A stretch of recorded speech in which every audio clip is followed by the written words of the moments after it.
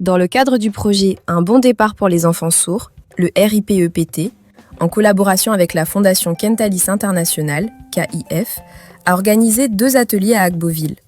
Ces ateliers ont pour objectif de former et sensibiliser les parents et les travailleurs sociaux aux enjeux de l'éducation inclusive pour les enfants sourds ou malentendants.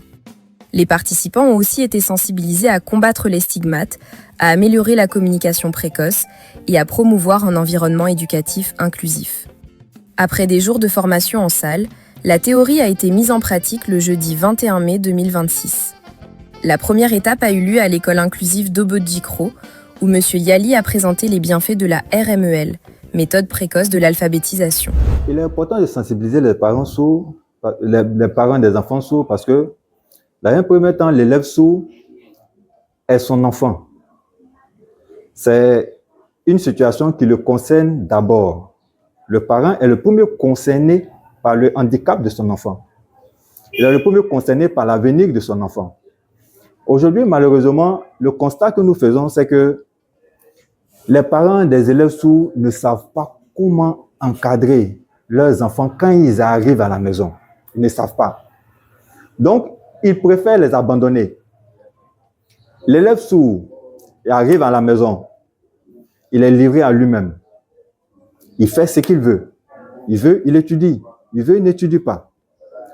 Généralement, il va prendre son cahier pour essayer de montrer aux parents qu'il est en train d'étudier, mais en réalité, il ne comprend rien. Les parents aussi ne peuvent pas s'assurer de la compréhension de leurs enfants quand il s'agit des notions qui sont enseignées en classe. Mais il faudrait que les parents, au moins, apprennent la langue des signes. Mais souvent, les occupations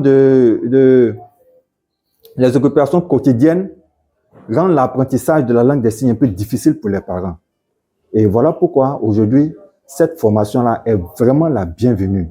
Elle est la bienvenue, non seulement pour les parents, mais également pour les enfants. Les participants ont réalisé des exercices concrets, testé différentes manières d'interagir, ajuster le rythme, apprendre à aider sans réduire l'enfant et corriger ensemble pour soutenir réellement l'apprentissage. L'objectif était de permettre à l'enfant de comprendre, participer et progresser.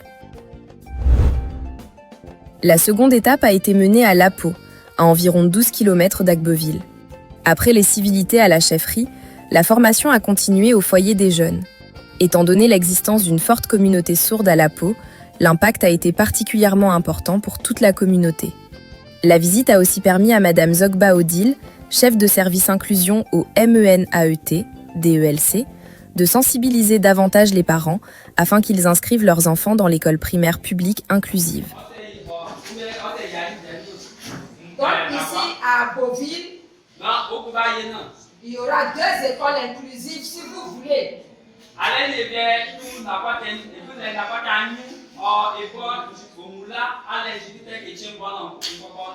Qui veut que son village ait une école inclusive ici? Qui veut?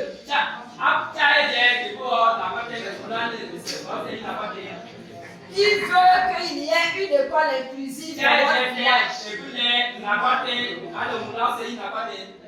Alors, à partir de ce soir, dites au chef du village quand il va venir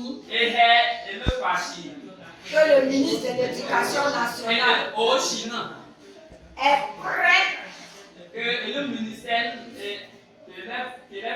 pour affecter les enseignants l'année prochaine dans votre village. Mes enfants ne vont pas à l'école parce qu'ils sont sourds-muets. Donc il n'y a pas d'école de sourds-muets dans les villages. C'est pour ça que mes enfants ne vont pas à l'école. Bon, moi, quand j'étais à Abidjan, j'ai envoyé ma fille, la dernière, à l'école des sourds-muets jusqu'en classe de CM1, où elle a pris de grossesse avec un monsieur, un inconnu. Bon, et puis, bon, elle est venue au village. Elle n'est plus jusqu'à 16 ans, l'enfant peut aller à l'école. Dieu merci, si vraiment cette opportunité nous présente, alors mon petit-fils doit aller à l'école. Il existe des initiatives privées pour réduire la non-scolarisation des enfants sourds. Cependant, les conditions de travail restent encore insuffisantes. Le nom de l'école, On l'appelle EPV, les chérubins. Les chérubins, c'est un nom biblique, c'est-à-dire les anges de Dieu. Pourquoi? Parce que ici, les chérubins, parce que c'est une inspiration de Dieu. C'est pour venir en aide à ceux qui sont un peu marginalisés. Ici, il y a 2 écoles primaires qui sont reconnues par l'État. Maintenant, il y a eu des élèves qui n'avaient pas accès à des cours, qui étaient en train de chômer un peu dans le village. Bon, donc, j'ai dit, bon, pourquoi ne pas expérimenter quelque chose dans ce sens? C'est ainsi que quand je suis revenu de la ville, ayant perdu mon emploi, comme je l'ai dit, à cause de la crise, donc, je suis rentré en brousse. La brousse que vous voyez, je suis rentré là-bas et j'ai coupé des bois, les morceaux de bois. J'ai fait quelques hangars. J'ai commencé un peu. Et voilà, aujourd'hui, par la grâce de Dieu, j'ai eu quelques tôles pour que ça soit ainsi. En conclusion, le projet Un bon départ pour les enfants sourds n'est pas seulement une formation. C'est une démarche d'attitude et de gestes qui redonne confiance. Quand la communication devient un pont, alors toute la classe avance.